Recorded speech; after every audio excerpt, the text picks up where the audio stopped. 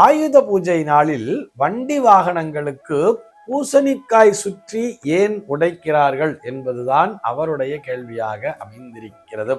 ஆயுத பூஜை நாள்ல மாத்திரமல்ல, நம்ம பொதுவாகவே புதுசா ஒரு வண்டி வாங்கிட்டு வரோம், அல்லது ஒரு திருஷ்டி சுத்தி போடணும், ஒரு அமாவாசை நாள்ல ஒரு திருஷ்டி சுத்தி போடுறான்னு சொன்னா பூசணிக்காயத்தானே உடைச்சிட்டு இருக்கா.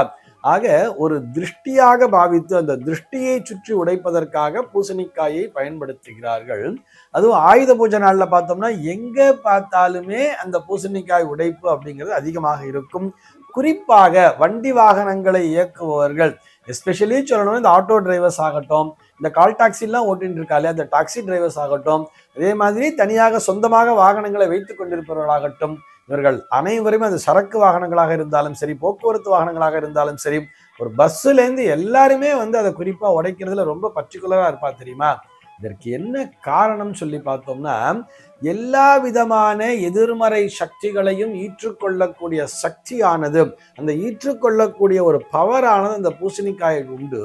அந்த பூசணிக்காயை சுற்றி உடைக்கும் பொழுது அதிலே எதிர்மறை சக்திகள் அனைத்தும் அந்த இடத்தை விட்டு ஓடி விடுகிறது அப்படிங்கிறது தான் அதற்கான தாத்பரியமாக அமைந்திருக்கிறது.